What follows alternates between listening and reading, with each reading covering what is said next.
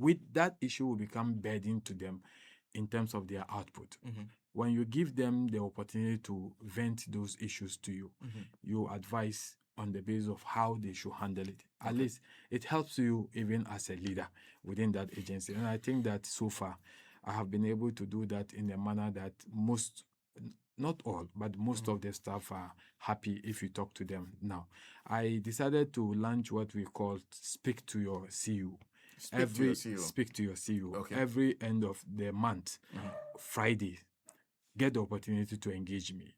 I spent maybe morning till 10 o'clock to just listen to their concerns so that we'll find ways to address them. These are people who have worked for some time. They haven't been able to have promotions. Nobody has even given them training to equip them. And these are things we are looking at so that at least I will equip them in a manner that will help in improving the welfare of that agency. So the very first thing you have had to do is to deal with the staff themselves. I need, because in fact they are the ones going to cook. They are the ones who output will help to showcase the agency. I only have to give the direction and look at what has to be done so that in line with what the vision of His Excellency the President is. And so that is so much of the work is done by this staff.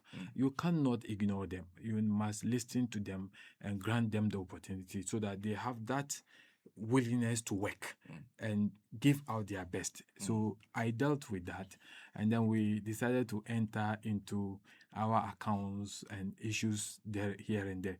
I can tell you that Senna, the former CEO, I have made some report to the BNI to deal with certain issues, and I think that the former CEO has done great disservice to that fund. Because we have an internal generated fund, and we get that done through the facilities we put out in various communities. We have astroturfs, we have public place of convenience, we have boreholes that they've dug, etc. Some of the communities, when they fetch the water, they pay. And then we've allocated Momo numbers to each of these facilities so that when they charge the fee, they pay into that. So these facilities are intended to generate revenue for the fund? They are intended to generate revenue for the fund because per our Act, Act 964, 2017, we are mandated to also generate generate funds on our own. So we must take steps to do that. Now, this internal generated fund, when you generate, you have not permission to utilize it unless you seek that permission from the finance ministry. So sometimes you can put in a request based on the reasons you want to utilize it. The finance minister can grant you that opportunity to utilize it. But I have never come across any request by the former CEO to the finance minister to utilize the internal generated fund. But some monies have been utilized, which as we speak now, no explanation has been given, even though it has been discovered by auditors. 44,000 Ghana cedis has been transferred directly into the Momo account of the former CEO. He transferred 44,000. He transferred it into his, and as we speak now, no accountability. And that is more serious. I have written to him. He is out of town. He has left the shores of this country. And we have written to him to respond and explain because I have no records. And indeed, what is even shocking is that he refused to come and hand over officially to me so that at least I can get the opportunity of trying to find out certain basic issues, and thereafter he refused. What he did was that he just sent me a mail and then add some addendums in respect of the properties that are in its custodies, our cars, etc. And even in the issues of the cars, I raised issues with him because before my assumption, I got to know that he was supposed to hand over 16 vehicles to me. 16 vehicles. In his custody? In his custody. And those vehicles, are those vehicles for the agency or they are here personal vehicles? They are for the agencies.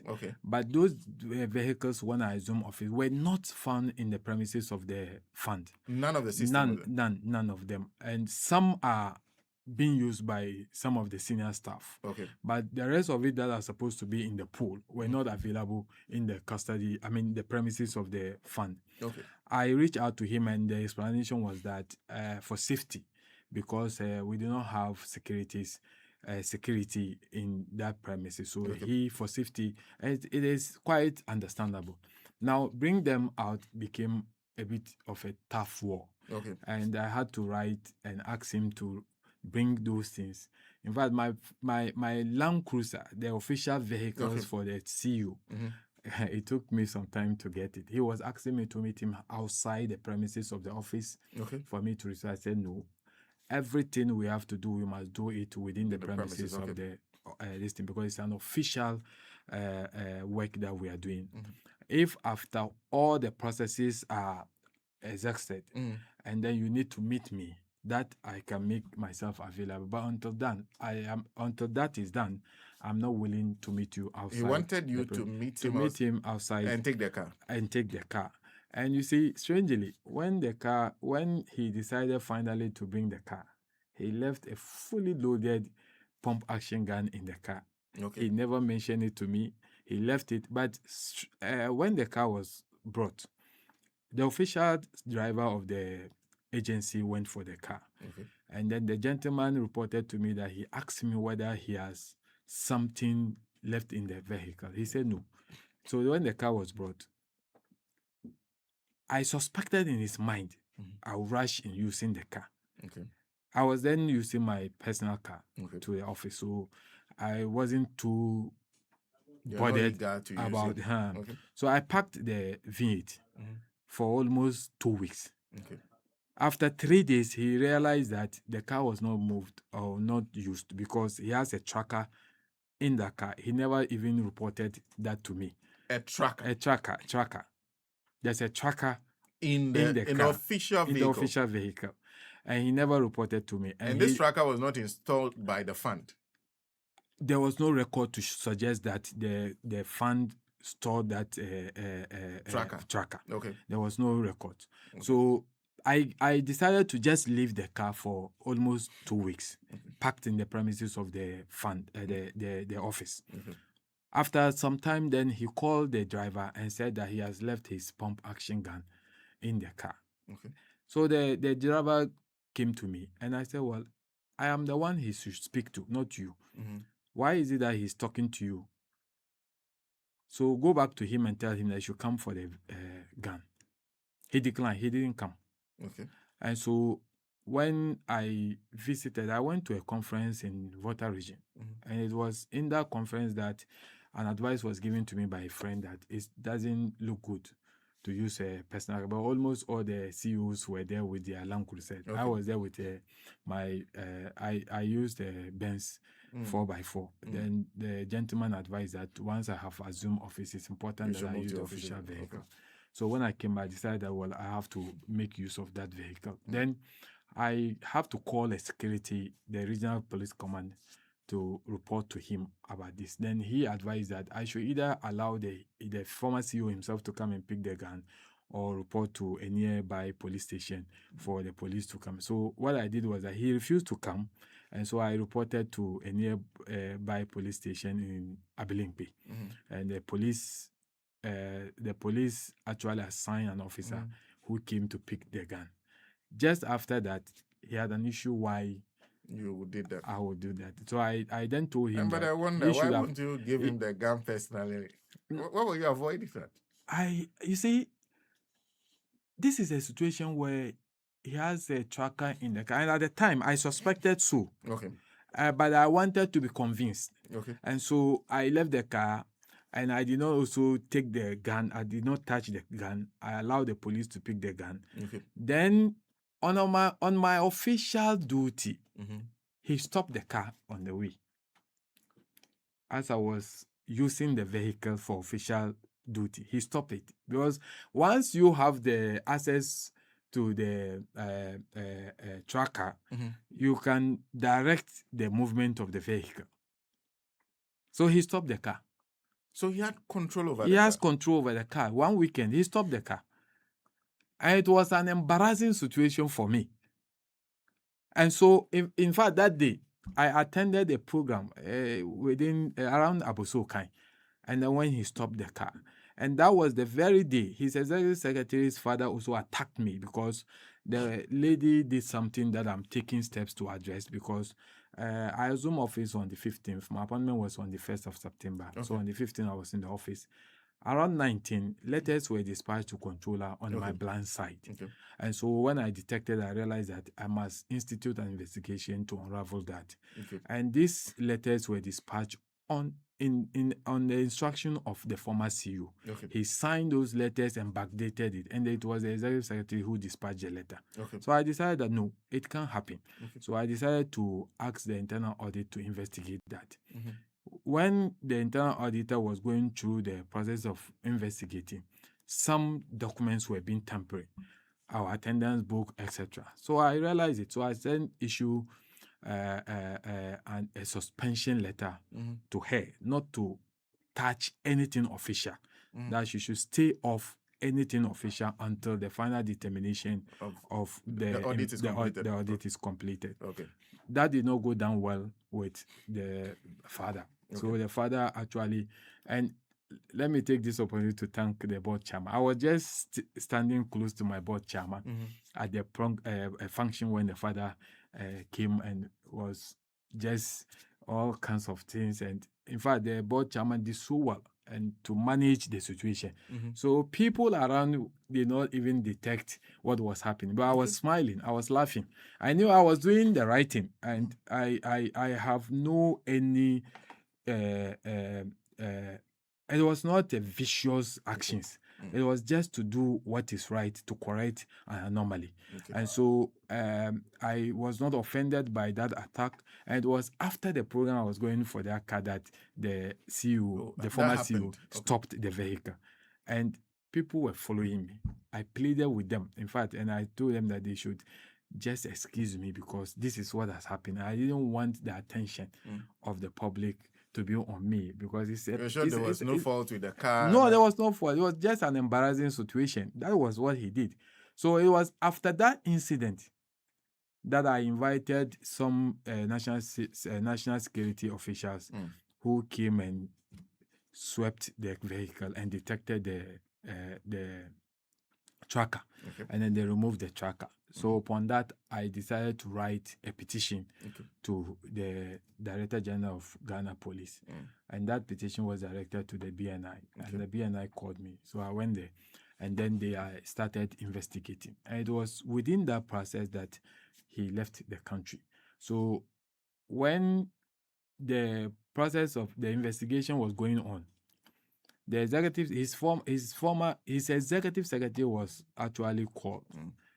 And the memo numbers that was supposed to be handed over, I never knew it was in his custody. Okay. I was thinking that because it was part of their value books, it was supposed to be in the custody of the accounts.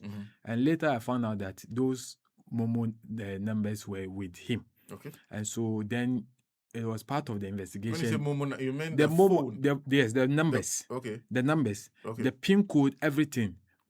Oh, he had control. He had control over. Okay. And so when even his appointment was terminated, because he has control over them, that was when he did those transfers into his Momo, direct into his Momo. In fact, when you take the statement of account, you see it. Okay. But strangely, I quickly wrote to MTN to get the authorization change because it was his signature that was there. So to change, but it took MTN close to 2 months to even respond. And 2 months? I'm telling you, I went there myself personally after sending the letter. I went there personally to have a discussion with the manager. I was completely ignored. You were ignored? Yeah, yes, the MTN office at Reach. Completely ignored. As I speak to you now, when the executive secretary was called by BNI, she then revealed that the Momo numbers are supposed to be 20, not 6. 20? 20. 20? Yes, 20. But he only handed over 6. Okay. And the 6 that he handed over, that is where we discovered 44,000 Ghana cedis were tampered with. Okay. You understand? So I quickly contacted the investigator. Then he said, okay, what we need to do is to write to MTN to request any number that has been registered in the name of Zongo Development. They should provide that. 1 month now. The letter has been dispatched. MTN has not responded.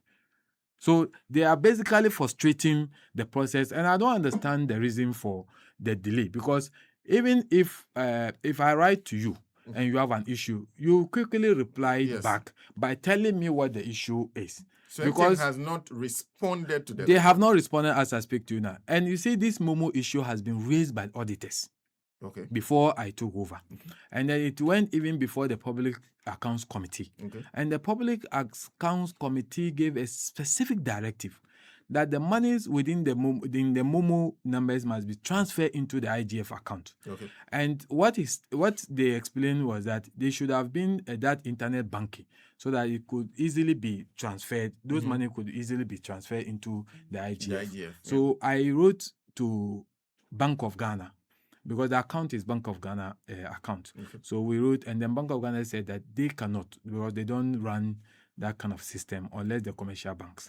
And so I then requested that Bank of Ghana should write to me officially, so that they indicate that that cannot be done for the purposes of evidence, so that tomorrow when the Public Accounts Committee, if they should call us to respond to it, and then the Public Accounts Committee also is directed that the Chief Director at the office of the president should write to MTN for the money in that account, Momo account, should be transferred. Chief Director has done that. And MTN, their problem was that when I contacted them, they said that because the amount quoted in the letter wasn't the same as the amount in that Momo account. So they are unable to do it. And I said, then reply back to the one who has written to you and tell him that the amount he quoted is not the same as the amount in the account, so that at least he will take the step. But refusing to reply, and you are not informing the person, how can you? And this is public money, for heaven's sake. I decided to raise this because I think that I have used diplomatic means to get these things done, and they are reluctant in doing it. I don't know for whatever reason. One, unofficially, I got to know that they said because BNI is investigating. If the BNI is investigating, they are investigating on the basis of my report to them. And I wanted them to go into it to verify. But I needed to block all avenues so that the former CEO would not have access to it. And you are not helping me to get that thing done. And so that is one challenge that I'm confronted with. But has MTN provided these details that you are looking for to the BNI? They have spoken with the BNI. And when I contacted the investigator, he mentioned they have spoken with him. But me, I am the CEO. You have changed the signatory. And I am the one now supposed to authorize things. And I have written to you requesting for something, and you are declining. And what is even so offensive is the refusal of the MD even to meet me when I went there. The staff were telling me that she was busy and all kinds of things. For heaven's sake, this is a business entity, and you must respect your clients. So as I speak to you now, they haven't replied my letter that I have sent to them. So I don't know what is it that is stopping them from replying that letter. They have not provided me with the rest of the numbers. As we speak now, I have asked them to get me a default, because you see, the mobile number, once the PIN code is with the former CEO, he has access to that this thing, and I needed to change. And if you are changing the PIN code, you need to key in the old number. You see, they will request the old number, then before you can change. I don't know the old number is with him. The lab, the computers we are using in the office, he has put a code in it. I don't even have access. I cannot even operate. I have to use my personal laptop. And this has been brought to his attention. He said he will come, and then he left the shores of the country. He's not in Ghana. So as you speak, you can't even use the computers. I cannot use that computer, the official computer. I cannot. I'm using my personal computer. I cannot use. You have a card that he can stop anytime he likes. But that has been addressed. You have addressed that one. Yeah, I've removed the tracker from it, and that is why I reported the matter to the BNI. Yes. So the BNI is dealing with that. The BNI is also handling the matter of the Momo numbers. The BNI is handling the matter with the Momo numbers. But as we speak, you do not have control over the Momo numbers. I don't have control over the Momo numbers as we speak now. I don't. So he still controls them. You know about the numbers. Fortunately, someone within informed me that they have blocked withdrawals. Okay. Someone within. They indicated that they have blocked withdrawals upon receipt of the letter from the Chief Director of the Office of the President. So for the 6 numbers, which authorization has been changed, they have blocked. But I cannot, as at now. In fact, my accountant has been following me, wanting to know the exact amount, even though I've gone for the statement of account. But in that statement of account, you cannot be able to determine the amount as today. But withdrawals and every transaction effected, you will be able to trace it. And I have an external auditors there. It's one of the issues we are dealing with. And I think that it's important for me to state this. The agencies of state doesn't belong. It's not a personal property for a CEO or any other staff. There are rules and regulations governing the operations of every government institutions. When you are appointed, you are to sit there and work in line with the regulations and the laws governing the country. But you have a situation where completely under the previous regime, they've ignored those regulations. You have a situation where a company was paid cash.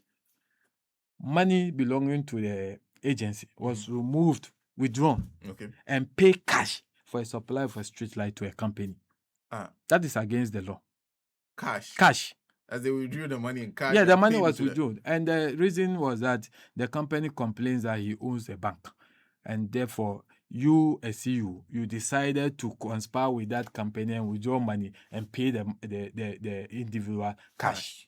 It is never done. It is unacceptable. It's against the regulations. And I have written for an explanation. That letter has been dispatched to him, I think last Friday, because he's not in town. So we use he has given me his personal, when I was engaging him, he's given me a personal email. So I decided that they should dispatch the letter. We have given him just a week for him to respond to that. Failure to do that, the auditors will go ahead with their work, and I'm going to write officially to Iroko. I think that this has to be dealt with. The company has to respond to it. He, the former CEO, must, and everyone involved must respond to these things so that at least we address it in a manner that is acceptable to the laws of our country. Quite interesting story you have told so far. So you're saying, as you speak, of the 6 MTN Momo numbers, you cannot tell the total sum of money. As we speak, I cannot, because I have no But you access. can only see the withdrawals. Yes, you can see the withdrawals and the money is deposited in. You've tried to get MTN to help you out. MTN is not cooperating. They are not cooperating at all. They've not given a reason why they will not respond to you. The only reason is that is unofficial. I cannot work with that. Yes, they haven't written. They haven't written to me to tell me that because due to this ABCD, your request cannot be honored. They haven't. They haven't. So whatever you've heard is from the grapevine. It is from the grapevine. Okay. Even the issue of blocking, it was unofficial. That they've blocked the withdrawal because of the letter from the chief director. And it is strange. So I told the president, so what is preventing MTN from writing back to the presidency and tell the presidency that this, because of ABC, we are unable to honor your request, so that at least they will be. In fact, I had an engagement with the chief director and I explained these things to him, and he says he's waiting for them to reply, and they haven't replied. So it's becoming a bit of frustrating. You want to protect the public purse, and you have an entity who is supposed to cooperate with you. You have the mandate. In fact, my letter to them, I have attached my appointment letter together with the termination letter of the former CEO, just to prove to them that I have authorization to run the place. Up to now, I am telling you. And again, the CEO to do with the vehicles. The vehicle, he never, apart from the 4x4, that is the Land Cruiser, and then the one that I just came in with, the Prado. Mm-hmm. Those two Mm-hmm. were in his custody. So I was able to retrieve those ones. Okay. The rest of it, I have to come to shops, workshops, and get them towed to the premises. Towed? Yes, Okay. some of them I have to tow them with towing car. Okay. Into the premises. And these are vehicles in that email he sent to me, mm-hmm. which he said that is his handing over with a certain document. Okay. He captured them and indicated that they are serviceables. Only for me to go to the shops and realize that they are not serviceables. And then when I asked him, he told me that yes, later those vehicles, I can understand some of these things. But just come, for the sake of accountability, sit with me. Let me understand some of these things. There are even staff files that we cannot even find now. Staff files? Yes, staff files. They've taken some vouchers. This money I said was withdrawn cash and paid. The voucher for payment has been, they've taken it away. They've stolen that voucher. It's not in the custody of the fund. So there's no proof that that money was actually paid. That's the point. There was no proof that the money was even paid to the. What you can see is that it was withdrawn. It was withdrawn. Yes, cash, 2 billion. And you say the NIB is investigating. The NIB is investigating, but the 2 billion one, the payment that was done to that company, because the auditors discovered it, I wanted just to get his response. Okay. Then I will take it up with Iroko. That one I will personally go to Iroko. 2 billion old or new Ghana cedis? 200,000 Ghana cedis. 200,000 Ghana cedis. Yes. What was withdrawn? What was withdrawn cash. You were told that it was paid cash to a company. To a company. You have no proof on record. There is no proof that the company received. The company received. There's no voucher. Nothing. To support that claim. And fortunately for me, my procurement officer did so well. He was able to keep the files of that company. Okay. And that is what is actually even assisting me to unravel most of these issues that I'm even raising. Now, with the cars, I wanted to just address the issues of the cars. As we speak now, there's one Toyota Hilux that has not been accounted for. Okay. I discovered 3 vehicles were not in the name of the Zongo Development Fund, but those are vehicles belonging to the Zongo Development Fund. Okay. 3. 2 were discovered and identified by the audit report. Okay. So I took steps because the auditors claimed that indicated that we should take steps to get the change of ownership effected. But one that has never even been reported and captured in any document in the agency. But it's supposed to have been. It's supposed. It is a property of Zongo Development Fund, a state property. So in my own effort, I was able to.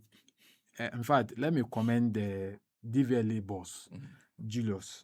And that is where collaboration of other agencies is critical. But sometimes there are some when you call them, they won't even mind you. Even though you are an appointee of government, they won't even mind you. But Julius responded in record time. He provided me with all the details. And those details assisted me to go back to Toyota Ghana. And when I wrote to Toyota Ghana, within 3 days, Toyota Ghana responded. Okay. And then attached Form C.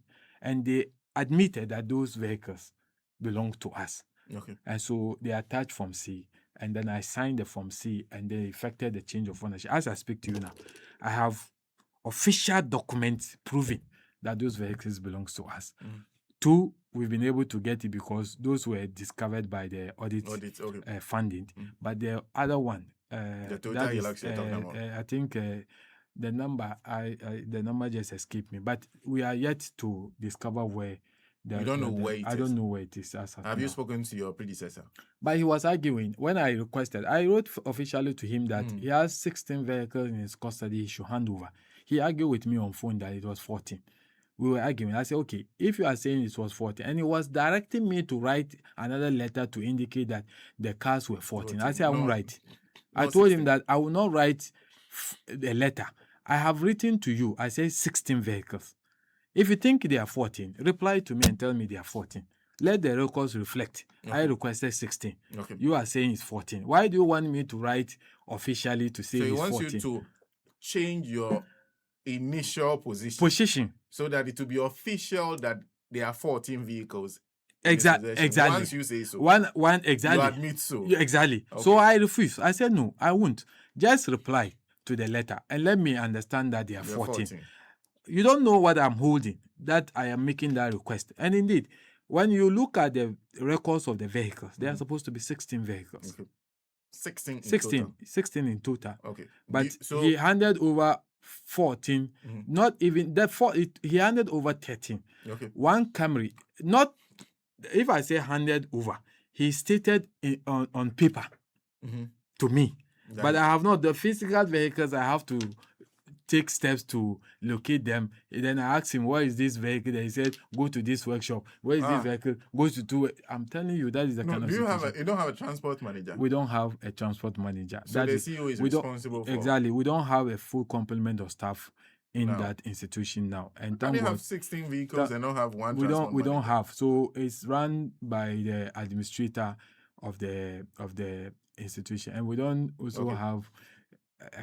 if I should say, the administrators we are just managing as at now. You're saying that the administrator is supposed to be responsible for this cars? It's under him, but the total control is in the hands of the CEO. The CEO. So the CEO is keeping all the vehicle keys and all other documents. Is that what you are also doing?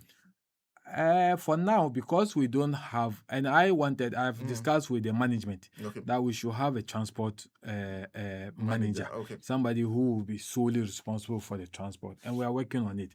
And I also have inherited a fund that doesn't have investment and donation fundraising policy. We don't have a fund that doesn't have a fundraising policy. But when you take the act, the act mandate us to engage in that investment and then fundraising. We don't have the policy. It was under my leadership that we've been able to draft, and we are dealing with it with the management input as we speak now. And this morning, when I leave here, it's one thing that in fact, since last week we started working on it. Because management wanted to put their input, and then I can forward that document to the board, and the board will have a look at it. Then probably we'll sit and then get the endorsement of the board. So that is one of the constraints I inherited, because without the investment and fundraising policy, it becomes so difficult for you to go out there to look. But thank God, I've received some proposals that consultancy who have the capacity to help me out to secure funding somewhere with some of our projects, etc. And I am happy to report within the 4 months, at least, I have been able to collaborate with Get Fund to send. If you take the NDC manifesto, we have made some promises to the Zongo communities. In that manifesto, His Excellency the President promised what we call Soya Fund. He promised to upgrade the Al Farouk Teachers Training College in Wenchi. And then he promised to build 3 Islamic senior high schools, modern one, with all the facilities you can think of.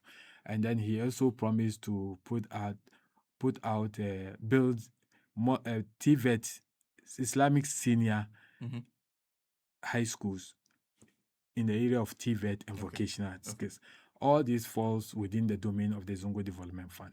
But because of the resources constraint, it's possible we can also collaborate with other agencies that have the capacity to support. So I was able to go through the Get Fund, and then Al Farouk Teacher Training College. Some projects have already been sent through the Get Fund collaboration. We've been able to get 1 unit classroom block there, 1 multi-purpose dining hall block, 1 hostel block, and 1 3-story 2-bedroom staff bungalow at Al Farouk College. This one is a collaboration that I had with Get Fund.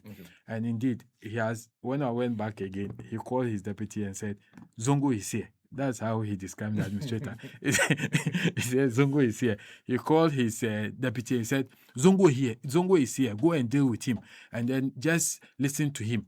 And in fact, they have packaged another project that we are sending back there, because just in fulfillment of that promise made by His Excellency the President, I have been able to develop an architectural drawing for the senior high school.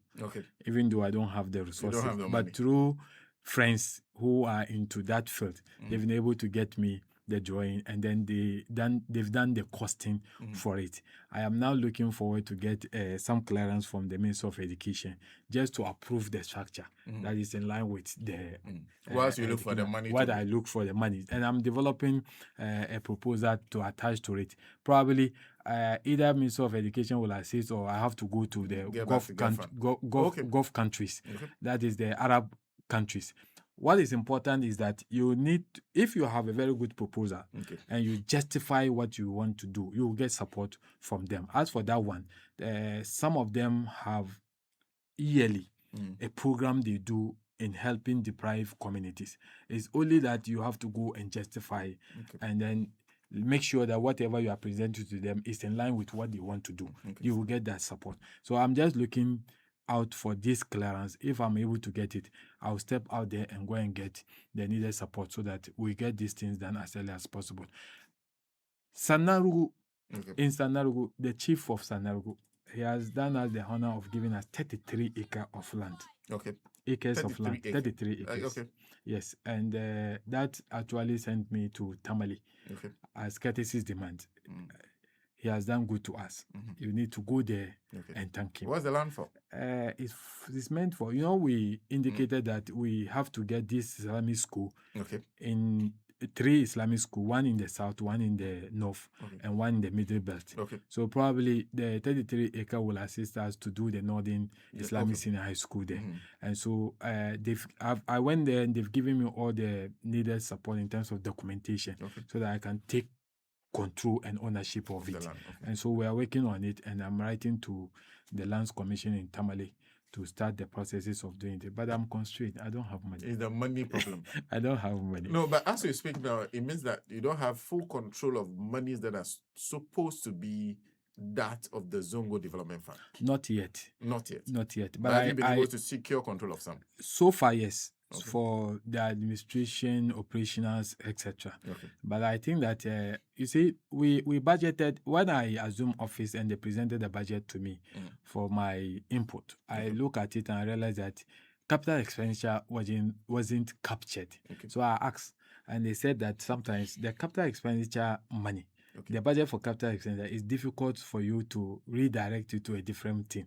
But goods and services. So what they do normally is that they incorporate the capital expenditure budget into the goods and services. So when that is approved, it's easier to take money from goods and services for some capital expenditure work. But it is not easy to take capital expenditure money for goods and services. So that has been the strategy sometimes they use. And being the first time of managing, I just have to listen because these are technocrats who are working with me. So I need to listen. And fortunately, from the few months that I have been there, it came to my attention that most of the agencies operating under the Office of Government Machinery, they have their capital expenditure consolidated and it's being controlled by the Office of Government Machinery. So for instance, if tomorrow you see me with a new Land Cruiser, Zongo Development might not be the one that purchased it. Probably the Office of Government Machinery might have purchased it and then make it available to the agency. So that is just what is available for now. But I think the capital expenditure is almost supposed to cover some of the projects you are targeting that you want to do. But if you take our act is flexible and it empowers the CU. You see, if you are a deep thinker and you are sitting there and you think so well and you have all your decisions right, you'll be able to even make money without looking at government. Yes. You'll be able to make but still, when money is budgeted for you, it is but the issue is that sometimes the basic, you cannot even go out there to go and source for funding when you don't do the basic work. Because you can't go to speak to any NGO or any embassy without having the feasibility studies of the project, without having the architecture drawings. These are things that they will look up for them to accept to do it. You can't just go and tell them that you want to do this when you don't have the basics for them to see and evaluate it. And so that's the difficulty. So the little money that will come from government, sometimes we use that to focus on those things. Then we can then step out to get the attention of the donors outside there. And I keep saying that I believe, God willing, with the support of the staff, we'll be able to turn around the fortune of Zongo Development Fund. And I am sure by a year or two, Zongo Development Fund will be loud out there for people to see what we've been able to do with that institutions. I'm wondering what so the president promised to say like a Soya fund and the Zongo Development Fund. Yeah. Was the Zongo Development Fund was a creation under the previous government. Yes, I get it. Now, Soya Fund was money that are going to be made available to businesses within the Zongo communities. Okay. And you will run that? Well, I have not been officially been informed, but from my board chairman, I get the impression that we are likely to run that. And so we needed to work around to have a model. And I have the opinion that we should not fall into the temptation of the Maslog-like situations where funds are made available to people and retrieving it becomes a problem. What I think we need to do is to find a way of trying to delink the politician behind the disbursement of the fund. When we do that, it's easier to get the money. But when the politician is behind it, you are likely to have people thinking that this is just a money for the. And in fact, this issue is critical for me. After the handing over, most of our boys took over some of the facilities.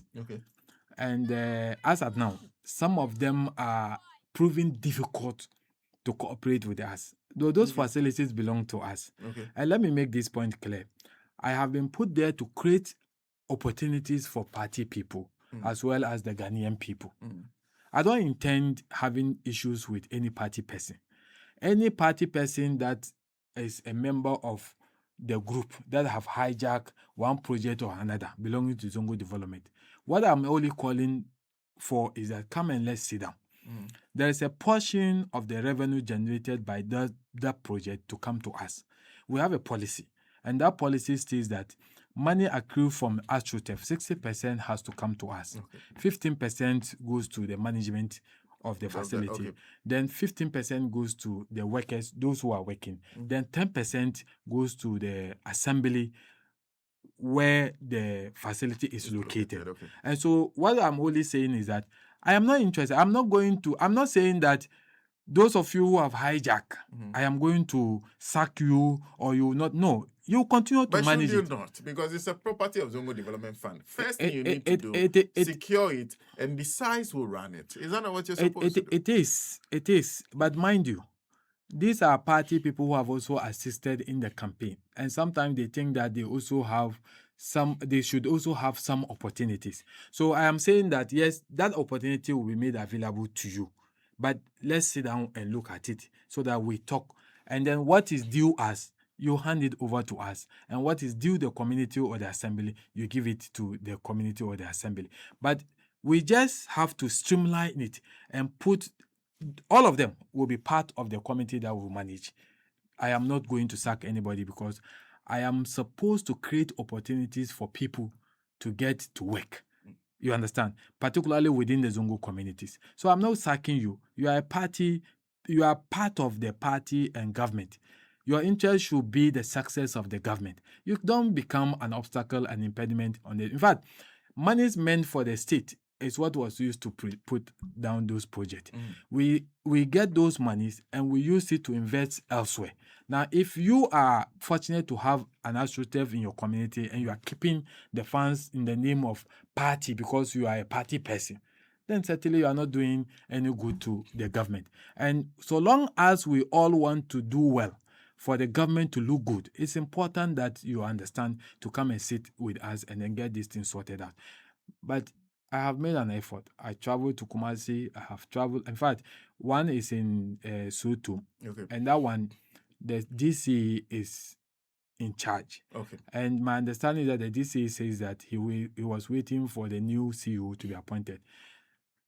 Once it's in the custody of the DC, it's possible you can track the records of resources. So that one, there's no much issues with it.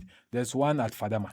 That one, I took time to meet the chief imam because there have been miscommunication by the previous regime, telling them that it was meant as a personal property to the National Chief Imam. Okay. And so the community is refusing to cooperate with us. And that is a huge difficulty I'm confronted with. And you know, Chief Imam deserves to be named in terms of project or in terms of properties, naming something in his name in honor of him.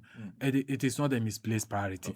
And I understand that. So when I visited him, I seek leave from him to allow me to engage the individuals who are there. And the former parliamentary candidate reached out to me and is working around it. So I want to take this opportunity to plead with all those who are behind it to understand that I don't intend coming to fight them. I am not taking it away from them. I am only saying that come and sit with me so that at least tomorrow nobody come after me to tell me that you have caused financial loss to the state. We are not doing anything good by keeping these things to ourselves and using the money for probably misdirecting the money. These are monies belonging to the state. So I plead with them. Party people, we understand. Yes, we are not coming after you. But if a continuous engagement fail, I will have no option than to write to the national security to step in and take over. And when that happens, it means that you'll be losing even the opportunity to get to be part of the management of that facility. So don't let us get there. And please, it is not a threat. I'm not threatening anybody, but I'm only pleading. It's an appeal I'm making to all those who are behind this AstroTurf and facility that they've hijacked during the transitions. It belongs to the state. It belongs to the agencies, and the agencies deserve to get full control and the benefit from that. I see. What is your ultimate objective? What do you want to leave as a legacy as a chief executive officer of Zongo I want to see a community transformed in terms of their orientation and thinking. Thinking. The way we think. You see, I am coming from the Zongo community. There is a certain thing militating against the development of the Zongos. That is because from my personal experience, it's almost like a taboo. If you are a deep thinker and learning, somebody who is more educated within that community, the frustration you face, perhaps those frustrations has led many of these people who would have influenced by their personality, would have influenced and inspired many young men within Zongo community to see that, yes, it's better to pursue education than any other interest. And because of the frustration, many have left. And they don't even come around. And I keep telling people that, in fact, my personal experience should have even let me stay completely out of the community in which I was born. That's Tankaslai. But that is not the issue. Those who are frustrating you, they have reasons, maybe personal, etc. But you don't look at that. You look at the young men and women coming up. Now, sometimes your presence inspires young ones to pursue a good cause. Now, if you have a community that the only thing they see are the bad things, you don't expect to get anything coming out of that community, which is a good one. And that's why I keep emphasizing that if you are a Zongo person, be proud. Even if you are privileged to have built somewhere far away, please don't abandon the community. Come to the community. You have family house. Me, for instance, I have my father's room in Compass 17, room 16. That's where I used to stay. Throughout the Professor Mills administration, 4 years, I have never left the area. The pressure of the community made me to leave. Oh, really? Yes, Senna. So throughout the Mills administration, where yes, I was James B. Obobia and the rest. They even came to my last born naming ceremony in Tankansela. Yes, and then the late Nana Yaokwachi. They were there. Yes, I stayed. And strangely, a woman wanted her son's school placement to be changed. And one of my maids decided to bring her to my place in my father's house. The woman stood there and looked at my room and asked the maid, "Are you sure this man can do it?" Do you think he has that power to do it? Then the guy told him, say he can do it. He said, no, I don't believe it. If indeed he has that power, he should not be staying here. You see that the mindset. And so the mindset is that once you are occupying a big position, you must live in a big bungalow. That mindset must change. Now, one difficulty also is that I stepped in that area and parked my car and decided to walk. And they see you and say, where is your car? And so they make even, you want to mingle with them, but the way the questions will come, it makes it even disincentive for you to want to do those things. So that mindset must change. Okay. Let me tell you another story that will shock you. I parked a car during Professor Moss on the park. I came out in the morning, the car was scratched. Then I said, who did this? Then the response I got was that this is Zongo. Yes, that was the response. This is Zongo. If you want to park a nice car, look for a garage. That was the response I got. So that mindset, we have to change and transform that mindset. And I responded to that person that, does it mean that Zongo deserve the bad things? We don't deserve to see good things in the community. So that mindset, I want to have a conversation where we transform. Because you see, whatever you do, if this same mindset exists, continue to exist there, we'll have a long way to go. And I think that is one thing.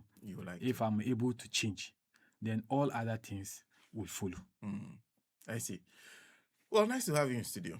Thank you very much. And I wish you all the best. Senna, you haven't asked me whether I'm interested in this constituency again. I am not.